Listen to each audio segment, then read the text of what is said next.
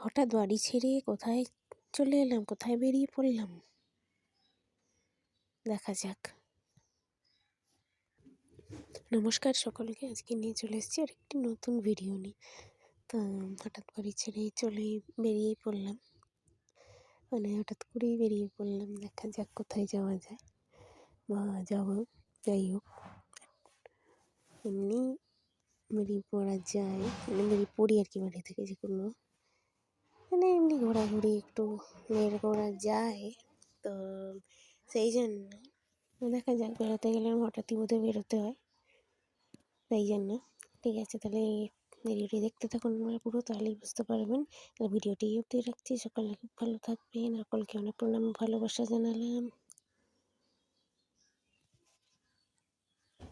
আর নমস্কার।